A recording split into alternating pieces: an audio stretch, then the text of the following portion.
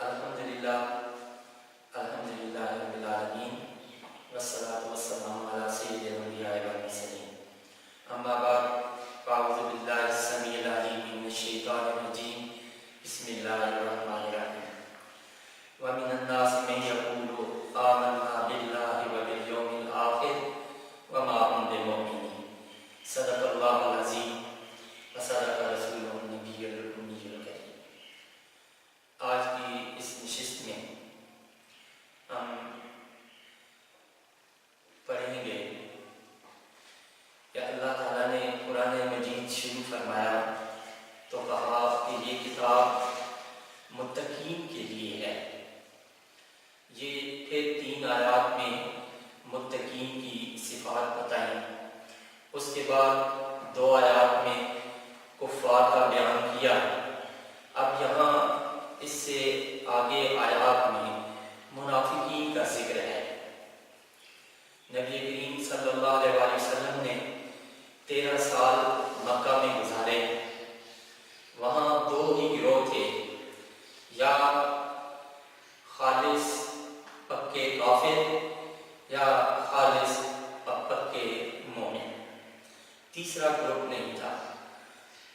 جب نبی کریم صلی اللہ علیہ وسلم ہجرت فرما کر مدینہ طیبہ تشریف لائے اور اللہ کریم نے جنگ بدر میں کامیابی عطا فرمائی، عزت مال غنیمت ملا، تو وہ لوگ جن کے دل میں دنیا کی محبت اور اپنے مفادات کی محبت تھی، انہوں نے سوچا ایسا نہ ہو کہ مسلمان مضبوط ہو جائیں اور پھر وہ ہمارے خلاف کوئی ایکشن لیں تو وہ مسلمانوں کی عزت شہرت میں شریک ہو گئے اور زبان سے کہنے لگے کہ آمنا، یعنی ہم ایمان لے آئے۔ انہوں نے ظاہری طور پر زبانی طور پر انہوں نے ایمان کا اظہار کر دیا، لیکن ان کے دلوں نے اسلام کو قبول نہیں کیا۔ یہاں سے تیسرا گروہ منافقین کا وجود میں آیا۔ قرآن کریم نے اسی گروہ کے پر کو منافقت سے تعبیر فرمایا کہ جو کہتے ہیں وہ کرتے نہیں، زبان سے ایمان کا اقرار کرتے ہیں لیکن ان کا دل اور عمل تصدیق سے خالی ہے۔ ایسے لوگ توحید و آخرت کو بھی مان جائیں گے، لیکن نبی کریم صلی اللہ علیہ وسلم پر ایمان سے ان کے دل خالی ہوں گے۔ ان کے ہر قول میں دھوکہ، مکر، فریب اور جھوٹ کی صفات نمایاں ہوں گی۔ منافقین کفر و ایمان کے درمیان ایک متذبذب ٹولے کا نام ہے، جو زبان سے تو ایمان لاتے ہیں لیکن دل سے ایمان نہیں لاتے، اور یہ کفر کی بدترین قسم اس کو کہا گیا ہے۔ اللہ کریم کا اشارہ گرامی ہے، یخادعون اللہ والذین آمنوا وما یخدعون الا انفسهم وما یشعرون۔ وہ اللہ تعالیٰ اور ایمان والوں کو دھوکہ دیتے ہیں، لیکن دراصل وہ خود اپنے آپ کو دھوکہ دے رہے ہیں مگر سمجھتے نہیں۔ فی قلوبہم مرض فزادہم اللہ مرضا بما کانوا یکذبون ولہم عذاب علیم بما کانوا یکذبون۔ کہ ان کے دلوں میں بیماری تھی، فزادہم اللہ مرضا، اللہ نے ان کی اس بیماری میں اور اضافہ فرما دیا۔ کیوں؟ وَلَهُمْ عَذَابٌ عَظِيمٌ، اور ان کے لیے دردناک عذاب ہے۔ کس وجہ سے؟ بِمَا كَانُوا يَكْذِبُونَ، کہ ان کے جھوٹ کی وجہ سے۔ سورہ بقرہ کی آیت نمبر 8، 9، 10 جس طرح ایمان اور کفر کی مختلف قسمیں ہیں اور صورتیں ہیں، اسی طرح نفاق کی بھی 2 صورتیں ہیں، منافقت کی بھی 2 صورتیں ہیں۔ ایک اعتقادی منافقت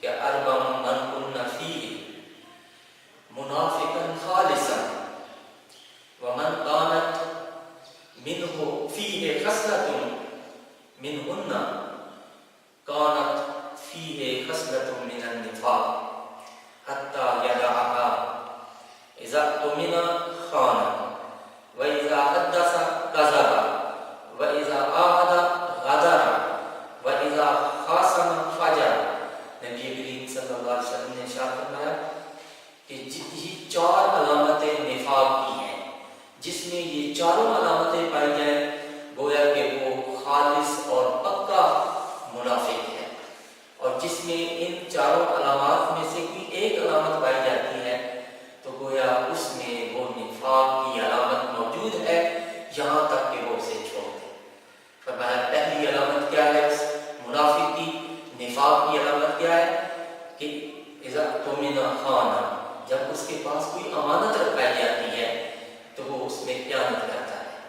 اذا حدث، دوسری علامت بیان فرمائے اذا حدث کذب، کہ جب وہ بات کرتا ہے، گفتگو کرتا ہے، لوگوں کے ساتھ بولتا ہے تو کیا کرتا ہے؟ کذب، جھوٹ بولتا ہے۔ وَإِذَا عَاهَدَ غَدَرَ، اور جب وہ لوگوں کے ساتھ عہد و پیمان باندھتا ہے تو ان کو توڑ دیتا ہے، ان کو پورا نہیں کرتا۔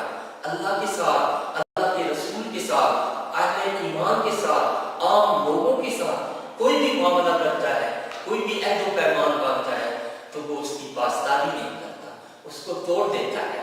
اور چوتھی علامت ارشاد فرمائی کہ اس کی چوتھی علامت یہ ہے کہ اذا خاصم فجر، کہ جب وہ لڑائی جھگڑے پہ آ جاتا ہے، لڑائی کی جھگڑا کرتا ہے، خصومت کرتا ہے تو پھر کیا کرتا ہے؟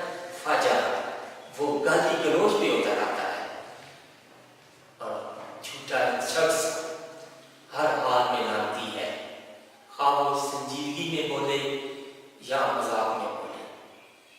جھوٹا پن ایک مسلم کی پہچان نہیں ہو سکتی، کیونکہ منافقین اسی جھوٹ کی بدولت اپنے کفر چھپاتے ہیں۔ اور حدیث طیبہ میں ہے، حضرت صفوان بن سلیم جو ہے ان سے روایت ہے کہ رسول اللہ صلی اللہ علیہ وسلم سے کسی نے پوچھا، اے اللہ کے رسول ارشاد فرمائیے کیا مسلمان بزدل ہو سکتا ہے؟ آپ نے فرمایا ہاں ہو سکتا ہے۔ پھر اس نے پوچھا کیا مومن بخیل ہو سکتا ہے؟ آپ صلی اللہ علیہ وسلم نے فرمایا ہاں مومن بخیل ہو سکتا ہے۔ پھر اس نے پوچھا کیا مومن جھوٹا ہو سکتا ہے؟ تو آپ صلی اللہ علیہ وسلم نے فرمایا نہیں، مومن جھوٹا کبھی بھی نہیں ہو سکتا۔ یعنی مومن سے دوسرے گناہ تو سرزد ہو سکتے ہیں لیکن وہ جھوٹ نہیں بول سکتا، وہ جھوٹا نہیں ہو سکتا۔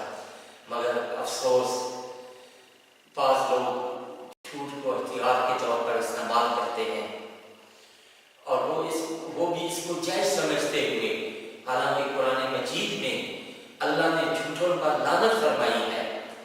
مزید منافقین کے بارے میں قرآن و حدیث میں سے ہمیں پتہ چلتا ہے کہ اللہ نے ارشاد فرمایا ان المنافقین یخادعون اللہ وهو خادعهم واذا قاموا الى الصلاة قاموا كسالى یراؤون الناس ولا یذکرون اللہ الا قلیلا۔ یہاں منافقین کی مزید علامات بتائی ہیں کہ ان میں اور کون کون سی خصلتیں ہیں، اور کون کون سی ان کی نشانیاں اور پہچان ہے۔ فرمایا کہ ان المنافقین یخادعون اللہ، کہ منافق جو ہیں وہ اس کوشش میں لگے ہوتے ہیں کہ ہم اللہ کو دھوکہ دیں، اہل ایمان کو دھوکہ دیں۔ اور دوسری ان کی علامت کیا ہوتی ہے کہ وَإِذَا قَامُوا إِلَى الصَّلَاةِ قَامُوا كُسَالَىٰ، کہ جب وہ نماز قائم کرتے ہیں، جب وہ نماز پڑھتے ہیں تو اس میں سستی کا جو ہے وہ اظہار کرتے ہیں، لیٹ وقت تاخیر کر کر کے نماز کو ادا کرتے ہیں کہ اس نماز کو وقت پہ ختم ہونے والا ہے، کبھی یہ بہانا کبھی وہ بہانا، سستی، کاہلی، کسل مندی، اس کو جو ہے وہ اختیار کرتے ہیں۔ اور تیسری علامت فرمایا یراؤون الناس، وہ جو اللہ کی عبادت کرتے ہیں، وہ قرآن کی تلاوت کرتے ہیں، وہ نیک کام صدقہ و خیرات دیتے ہیں، وہ اللہ کی عبادت اور نماز کو پڑھتے ہیں تو اس لیے نہیں کہ ان کا دل چاہ رہا ہے، بلکہ یا اللہ کو راضی، اللہ اور اس کے رسول کو راضی کرنا چاہتے ہیں، بلکہ یراؤون الناس، وہ لوگوں کو دکھانے کے لیے پڑھتے ہیں، ریاکاری کے لیے پڑھتے ہیں۔ اور چوتھی ان کی صفت بیان ہے وَلَا يَذْكُرُونَ اللَّهَ إِلَّا قَلِيلًا، کہ وہ اللہ کا بہت عمل تو کرتے ہی نہیں ہیں لیکن اگر کرنا بھی پڑ جائے تو اللہ کا ذکر بہت کم کرتے ہیں. قیامت تو اللہ تعالیٰ منافقوں کو ان کی ذلت دکھائے گا. منافق ذلیل و رسوا ہوں گے اس دنیا میں بھی اور آخرت میں بھی. اگر اللہ ان کو اس دنیا میں ذلیل کر دے، بدنام کر دے تو بھی بہت بڑی بدنامی ہے، اور اگر آخرت میں کرے تو یہ اس سے بھی بڑا نقصان ہے.